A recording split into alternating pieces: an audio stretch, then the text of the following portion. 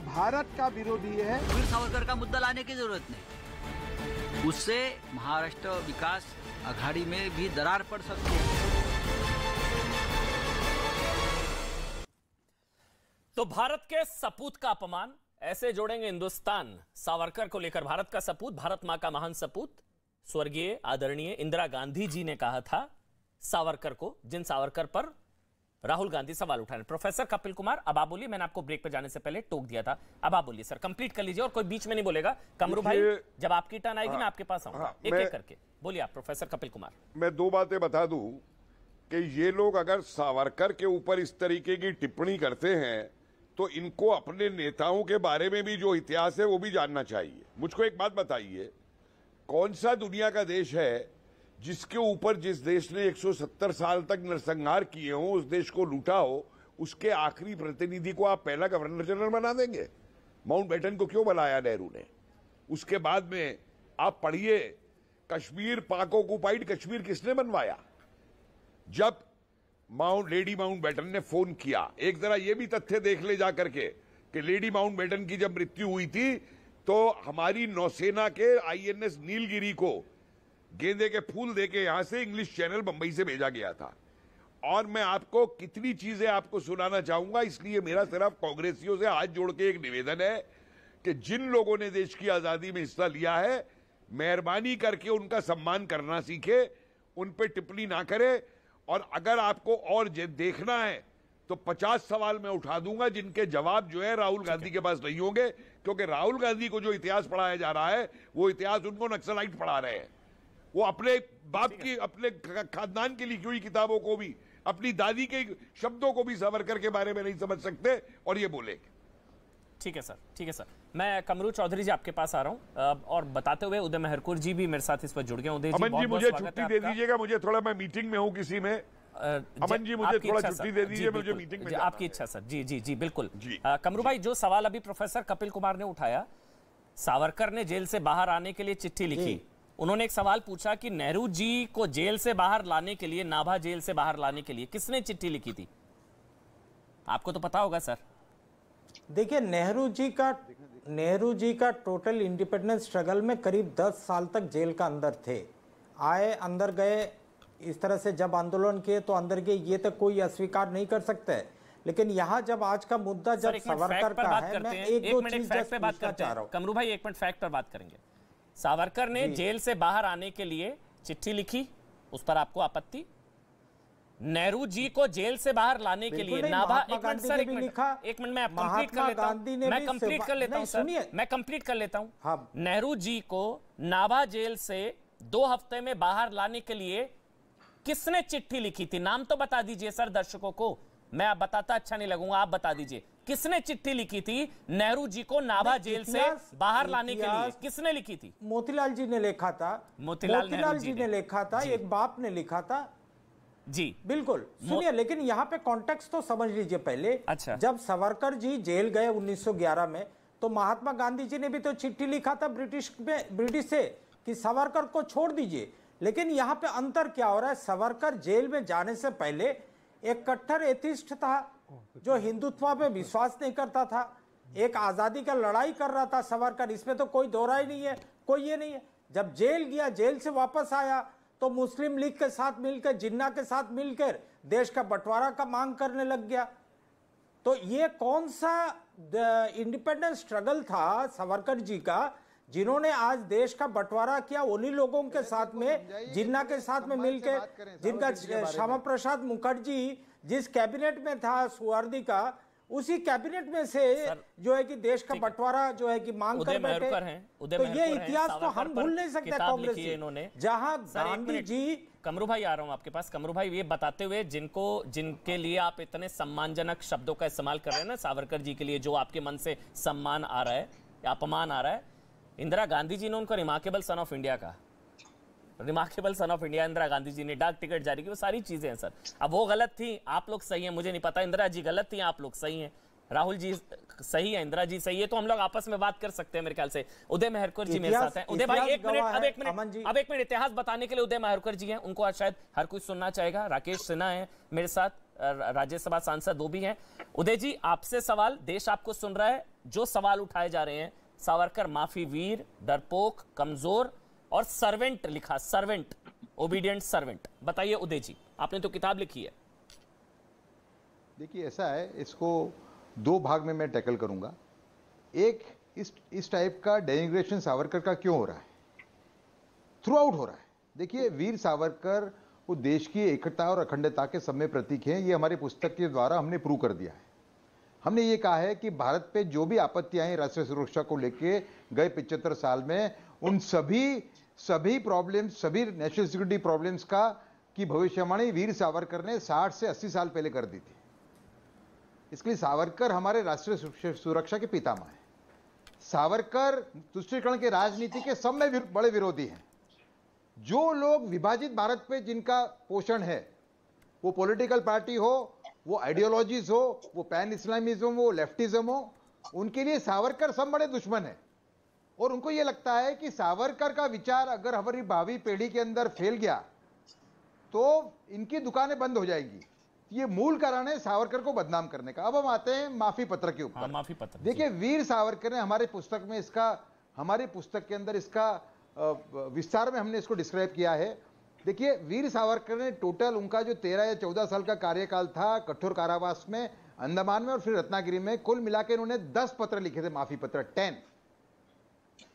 देखिए, इसको आपको एक परिप्रेक्ष्य में देखना पड़ेगा। देखिए, वीर सावरकर शिवाजी के उपासक थे, गांधी जी के नहीं। तो गांधी जी के मूल्यों से सावरकर के एक्शंस को तोलना, ये उनसे सरासर नाइंसाफी है। और हम शिवाजी का उदाहरण लेते हैं तो हमारे सामने पूरी परिस्थिति स्पष्ट है।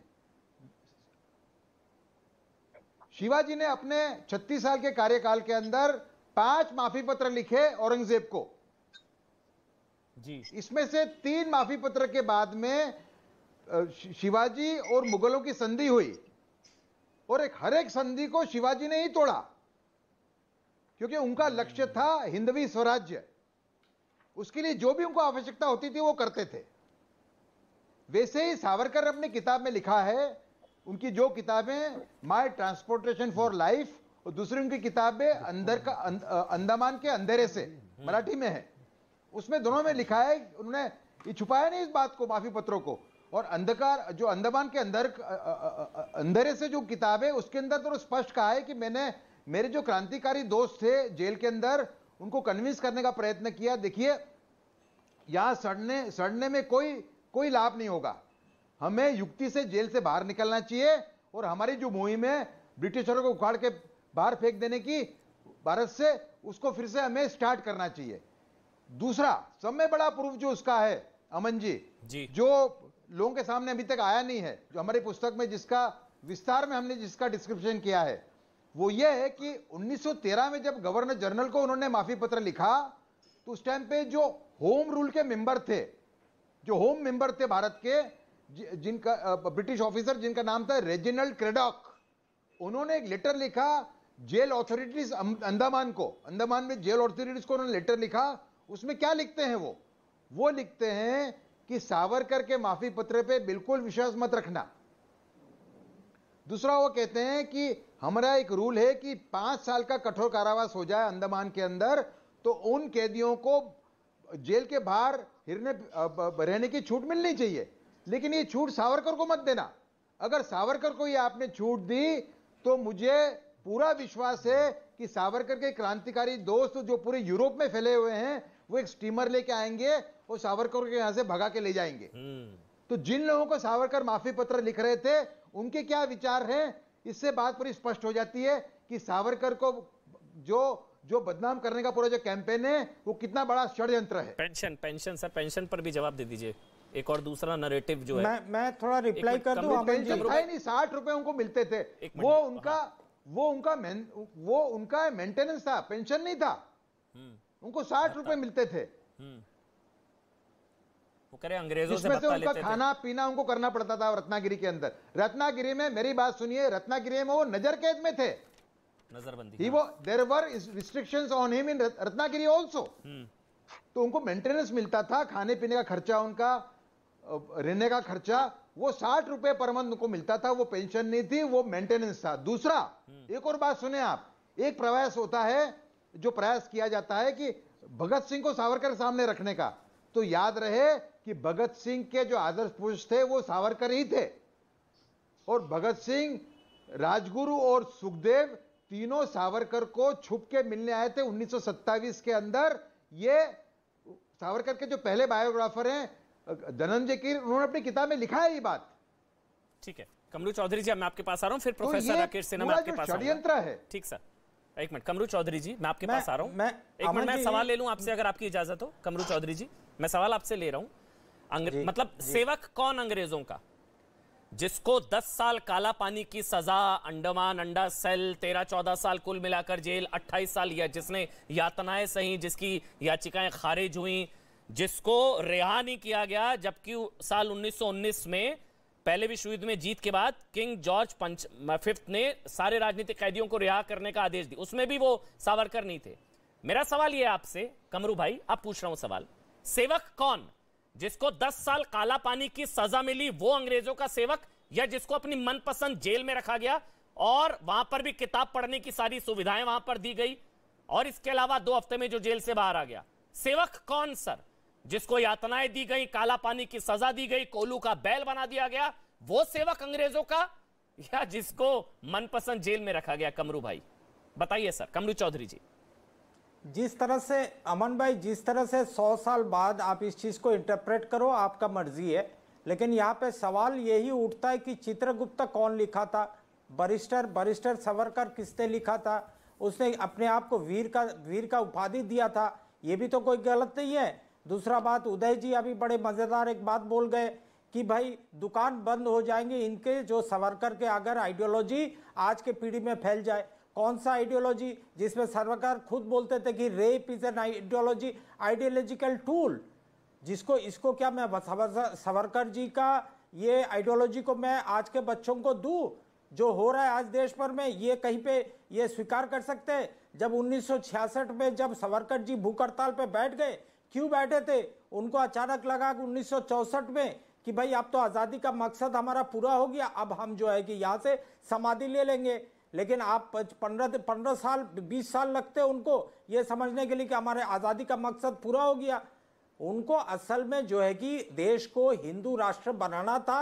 वो आज जो है कि 2022-23 में जाकर उस तरह से आगे आज की सरकार ले जा रही है। और ये जो आज के प्रेजेंट डे हिस्टोरियंस जो हिस्ट्री को बदलने का, इतिहास को बदलने का कोशिश कर रहे हैं, वो आज बैठकर इस तरह से सावरकर का आइडियोलॉजी का तोड़ मतोड़ कर आपके सामने पेश कर रहे हैं। और आज के पीढ़ी जो कि कुछ पढ़े नहीं है, उनको यही चीज को ये आ रहा है। कमरू चौधरी जी, मुझे एक चीज आपकी अच्छी लगी, बातों बातों में सच आपकी जुबान पर आ गया सर। सावरकर बाना असल में हिंदुत्व निशाना है, प्रॉब्लम हिंदुत्व से है, सावरकर जी से नहीं है। वो जो आइडियोलॉजी है उससे प्रॉब्लम है। आपकी बात आपकी जुबान मैंने पहला स्टेटमेंट सर आपको बोला था, प्रॉब्लम सावरकर नहीं है, प्रॉब्लम हिंदुत्व है। पहले स्टेटमेंट में बोला था कि विचारधारा का लड़ाई है। जी सर, जी सर, उसी विचारधारा को इंदिरा गांधी जी ने रिमार्केबल सन ऑफ इंडिया का डाक टिकट जारी किया गया, तो इंदिरा गांधी जी गलत थी क्या? मतलब वो तो फैक्ट है ना सर, इंदिरा गांधी जी गलत थी क्या? रिमार्केबल सन ऑफ इंडिया, ये चिट्ठी मेरे हाथ में है सर, ये चिट्ठी मेरे हाथ में है इंदिरा गांधी जी की, ये देखिए sir, remarkable son of India, Bharat मां का महान सपूत। नहीं, राष्ट्रपिता महात्मा गांधी ने यंग इंडिया के अपने लेख सावरकर ब्रदर्स में क्या लिखा है, ये तो आपको मेरे से ज्यादा पता होगा। 1906 में जब सावरकर, उन्होंने जिक्र किया जब सावरकर लंदन में कानून की पढ़ाई कर रहे थे, इंडियन हाउस में थे, तब राष्ट्रपिता महात्मा गांधी उनसे मिलने गए थे और चिट्ठी लिखी थी उनके छोटे भाई ने। यह भी बताया जा रहा है कि एक माफी याचिका गांधी के कहने पर सावरकर ने दायर करी। बताइए अगर मैं गलत कह रहा हूं। सावरकर के छोटे भाई ने, सुनिए सर, सावरकर के छोटे भाई नारायण राव सावरकर ने राष्ट्रपिता महात्मा गांधी को चिट्ठी लिखी, पर्सनालिटी, महात्मा गांधी के कहने पर सावरकर ने माफी मांगी, एक क्षमा याचिका 1920। अगर गलत कह रहा हूं तो बताइए। बोल चुका हूं 1920 में गांधी जी खुद लिखे चिट्ठी, तो लेकिन आप यहाँ पे डिस्कस कर रहे हो एक ड्यूअल पर्सनालिटी सावरकर के बारे में, जो 1911 में जेल जाने से पहले कोई धर्म में विश्वास नहीं रखता था, 1937 में आकर देश